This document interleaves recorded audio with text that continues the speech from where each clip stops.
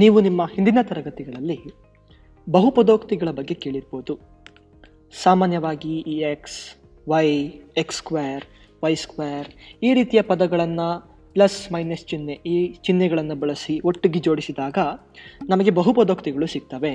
ಇಲ್ಲಿ ಒಂದು ವೇಳೆ ಈ ಬಹುಪದೋಕ್ತಿಯಲ್ಲಿ ಎಕ್ಸ್ ಎನ್ನುವಂತಹ ಒಂದೇ ಒಂದು ಚರಾಕ್ಷರ ಇದ್ದರೆ ಆ ಬಹುಪದೋಕ್ತಿಗೆ ನಾವು ಪಿ ಆಫ್ ಎಕ್ಸ್ ಎನ್ನುವಂತಹ ಹೆಸರನ್ನು ಕೊಡಬಹುದು. ಈಗ ಈ ಪಿ ಆಫ್ ಎಕ್ಸ್ ಅಲ್ಲಿ ಈ ಚರಾಕ್ಷರ ಎಕ್ಸ್ ಏನಿದೆ ಇದಕ್ಕೆ ಇರುವಂತಹ ಗರಿಷ್ಠ ಘಾತ ಸೂಚಿಯನ್ನ ನಾವು ಆ ಬಹುಪದೋಕ್ತಿ ಪಿ ಆಫ್ ಎಕ್ಸ್ ಏನಿದೆ ಅದರ ಮಹತ್ತಮ ಘಾತ ಅಥವಾ ಡಿಗ್ರಿ ಅಂತ ಕರಿತೀವಿ. ಈಗ ನಾವು ಡಿಗ್ರಿ ಬಗ್ಗೆ ಯಾಕೆ ಕಲಿಬೇಕು? ಪ್ರೀತಿಯ ವಿದ್ಯಾರ್ಥಿಗಳೇ, ನಾವು ಡಿಗ್ರಿಯ ಆಧಾರದ ಮೇಲೆನೆ ಬಹುಪದೋಕ್ತಿಗಳನ್ನ ವಿಭಜನೆ ಮಾಡ್ತೀವಿ. ಉದಾಹರಣೆಗೆ 4x+2 ಇದು ಎಕ್ಸ್ ಚರಾಕ್ಷರ ಇರುವಂತಹ ಒಂದು ಬಹುಪದೋಕ್ತಿಯಾಗಿದೆ. ಇಲ್ಲಿ ಎಕ್ಸ್ ಎನ್ನುವಂತಹ ಒಂದು ಪದ ಇದೆಯಲ್ವಾ, ಎಕ್ಸ್ ಎನ್ನುವಂತಹ ಪದದ ಗರಿಷ್ಠ ಘಾತ 1 ಆಗಿರೋದ್ರಿಂದ ಈ ಬಹುಪದೋಕ್ತಿಯ ಡಿಗ್ರಿ 1 ಆಗಿದೆ ಅಂತ ಹೇಳ್ಬೋದು. ಹಾಗಾಗಿ ವಿದ್ಯಾರ್ಥಿಗಳೇ, ಡಿಗ್ರಿ 1 ಇರುವಂತಹ ಬಹುಪದೋಕ್ತಿಗೆ ನಾವು ರೇಖಾತ್ಮಕ ಬಹುಪದೋಕ್ತಿ ಅಂತ ಕರಿತೀವಿ. ಯಾಕೆ ಇವುಗಳನ್ನು ರೇಖಾತ್ಮಕ ಬಹುಪದೋಕ್ತಿ ಅಂತ ಕರಿತೀವಿ? ಈ ರೀತಿಯ ಬಹುಪದೋಕ್ತಿಗಳನ್ನು ಬಳಸಿಕೊಂಡು ನಾವು XY ನಕ್ಷೆಯ ಮೇಲೆ ಸರಳ ರೇಖೆಯನ್ನ ಎಳಿಬಹುದು. ಹಾಗಾಗಿ ಇವುಗಳನ್ನು ರೇಖಾತ್ಮಕ ಬಹುಪದೋಕ್ತಿ ಅಂತ ಕರಿತೀವಿ. ಅದೇ ರೀತಿ 2y² -3y +4 ಇದು y ಚರಾಕ್ಷರ ಇರುವಂತಹ ಒಂದು ಬಹುಪದೋಕ್ತಿಯಾಗಿದೆ. ಇಲ್ಲಿ ನೀವು y² ಎನ್ನುವಂತಹ ಪದ ಇರೋದನ್ನ ಗಮನಿಸಬಹುದು. ಹಾಗಾಗಿ y ಚರಾಕ್ಷರ ಇದಕ್ಕೆ ಇರುವಂತಹ ಗರಿಷ್ಠ ಘಾತ 2. ಹಾಗಾಗಿ ಈ ಬಹುಪದೋಕ್ತಿಯ ಡಿಗ್ರಿ 2 ಆಗಿದೆ. ಒಂದು ವೇಳೆ ಆ ಬಹುಪದೋಕ್ತಿಯ ಡಿಗ್ರಿ ಆಗಿದ್ದರೆ ಆ ರೀತಿಯ ಬಹುಪದೋಕ್ತಿಗಳನ್ನು ನಾವು ವರ್ಗ ಬಹುಪದೋಕ್ತಿಗಳು ಅಂತ ಕರಿತೀವಿ. ಈಗ ಸಾಮಾನ್ಯವಾಗಿ x ಚರಾಕ್ಷರ ಇರುವಂತಹ ಯಾವುದೇ ವರ್ಗ ಬಹುಪದೋಕ್ತಿನ ನಾವು ax² +bx +c ಎನ್ನುವಂತಹ ರೂಪದಲ್ಲಿ ಬರಿಬಹುದು. ಇಲ್ಲಿ ನೀವು x² ಎನ್ನುವಂತಹ ಪದವನ್ನು ಗಮನಿಸಬಹುದು ಅಲ್ವಾ? ಈ ಕಾರಣದಿಂದಾಗಿಯೇ ಈ x² ಎನ್ನುವಂತಹ ಪದ ಇರೋ ಕಾರಣದಿಂದಾಗಿಯೇ ನಾವು ಈ ಬಹುಪದೋಕ್ತಿಯನ್ನ ವರ್ಗ ಬಹುಪದೋಕ್ತಿ ಅಂತ ಕರಿತೀವಿ. ಇಲ್ಲಿ ಎ ಬಿ ಸಿ ಇವುಗಳು ಯಾವುದೇ ವಾಸ್ತವ ಸಂಖ್ಯೆಗಳಾಗಿರ್ಬೋದು. ಹಾಗೂ ಬಹಳ ಮುಖ್ಯವಾಗಿ ಎ ಬೆಲೆ 0 ಆಗಬಾರ್ದು. ಯಾಕೆ? ಯೋಚನೆ ಮಾಡಿ ನೋಡೋಣ.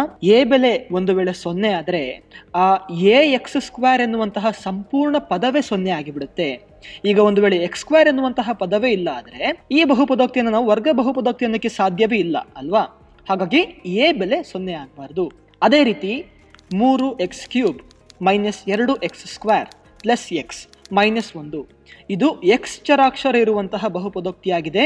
ಹಾಗೂ ಇಲ್ಲಿ x³ ಎನ್ನುವಂತಹ ಪದ ಇರೋದ್ರಿಂದ ಇಲ್ಲಿ ಎಕ್ಸ್ ಚರಾಕ್ಷರಕ್ಕೆ ಇರುವಂತಹ ಗರಿಷ್ಠ ಘಾತ 3 ಆಗಿದೆ. ಹಾಗಾಗಿ ಈ ಬಹುಪದೋಕ್ತಿಯ ಡಿಗ್ರಿ 3. ಒಂದು ವೇಳೆ ಬಹುಪದೋಕ್ತಿಯ ಡಿಗ್ರಿ 3 ಆಗಿದ್ರೆ ಆ ರೀತಿಯ ಬಹುಪದೋಕ್ತಿಗೆ ನಾವು ಘನ ಬಹುಪದೋಕ್ತಿ ಅಂತ ಕರಿತೀವಿ.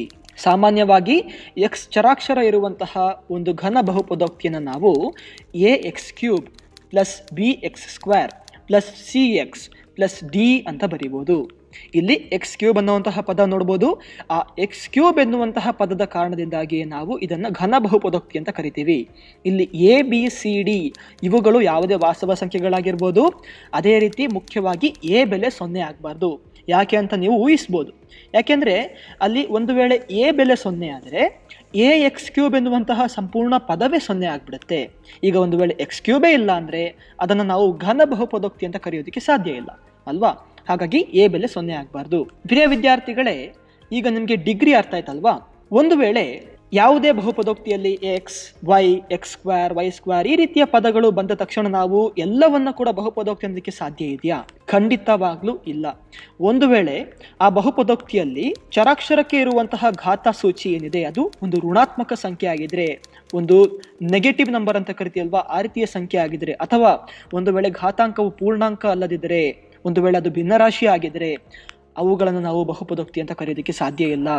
ಉದಾಹರಣೆಗೆ 1/x-1 ಇಲ್ಲಿ ನೀವು x-1 ಪದ ಇರೋ ಕಾರಣಕ್ಕಾಗಿ ಇದನ್ನು ರೇಖಾತ್ಮಕ ಬಹುಪದೋಕ್ತಿ ಅಂತ ಅಂದರೆ ತಪ್ಪಾಗುತ್ತೆ. ಯಾಕೆಂದರೆ ಅಲ್ಲಿ x-1 ಅಂಶದಲ್ಲಿ ಇಲ್ಲ, ಬದಲಿಗೆ ಛೇದದಲ್ಲಿ ಇದೆ. ಹಾಗಾಗಿ ಎಕ್ಸ್ ಪದ ಛೇದದಲ್ಲಿ ಇರೋದ್ರಿಂದ ಅದರ ಘಾತ -1 ಆಗುತ್ತೆ. ಅದೇ ರೀತಿ ವಿದ್ಯಾರ್ಥಿಗಳೇ, √x+2 ಇಲ್ಲಿ ಎಕ್ಸ್ ಅನ್ನ ನಾವು ವರ್ಗಮೂಲದ ಒಳಗೆ ನೋಡ್ಬೋದು. ಇಲ್ಲಿ ಎಕ್ಸ್ನ ಘಾತ 1/2 ಅರ್ಧ ಆಗಿರುತ್ತದೆ. ಯಾಕೆಂದ್ರೆ ಅದು ಸ್ಕ್ವೇರ್ ರೂಟ್ ಒಳಗಡೆ ಇದೆಯಲ್ವಾ, ಅರ್ಧ 1/2 ಒಂದು ಪೂರ್ಣಾಂಕ ಅಲ್ಲ, ಹಾಗಾಗಿ ಇದು ಕೂಡ ಬಹುಪದೋಕ್ತಿ ಅಲ್ಲ. ಅದೇ ರೀತಿ 1/x² + 2x + 3, ಇಲ್ಲಿ ಒಂದು ವೇಳೆ x² + 2x + 3 ಅಂತ ಬರೀ ಇಷ್ಟನ್ನೇ ಮಾತ್ರ ಕೊಟ್ಟಿದ್ರೆ ಇದು ಒಂದು ವರ್ಗ ಬಹುಪದೋಕ್ತಿ ಅಂತ ಹೇಳ್ಬೋದಿತ್ತು. ಆದರೆ ಈ ಸಂಪೂರ್ಣ ವರ್ಗ ಬಹುಪದೋಕ್ತಿ ಛೇದದಲ್ಲಿ ಇದೆ. ಹಾಗಾಗಿ ಛೇದದಲ್ಲಿ ಇರೋ ಕಾರಣದಿಂದಾಗಿ ಎಕ್ಸ್ನ ಗರಿಷ್ಠ ಘಾತ 2 ಅಲ್ಲ, ಬದಲಿಗೆ -2 ಆಗುತ್ತೆ. -2 ಒಂದು ಋಣಾತ್ಮಕ ಸಂಖ್ಯೆ, ಹಾಗಾಗಿ ಘಾತ ಸೂಚಿ -2 ಆಗಿರೋದ್ರಿಂದ ಇದನ್ನ ಕೂಡ ನಾವು ಬಹುಪದೋಕ್ತಿ ಅನ್ನೋದಕ್ಕೆ ಸಾಧ್ಯ ಇಲ್ಲ.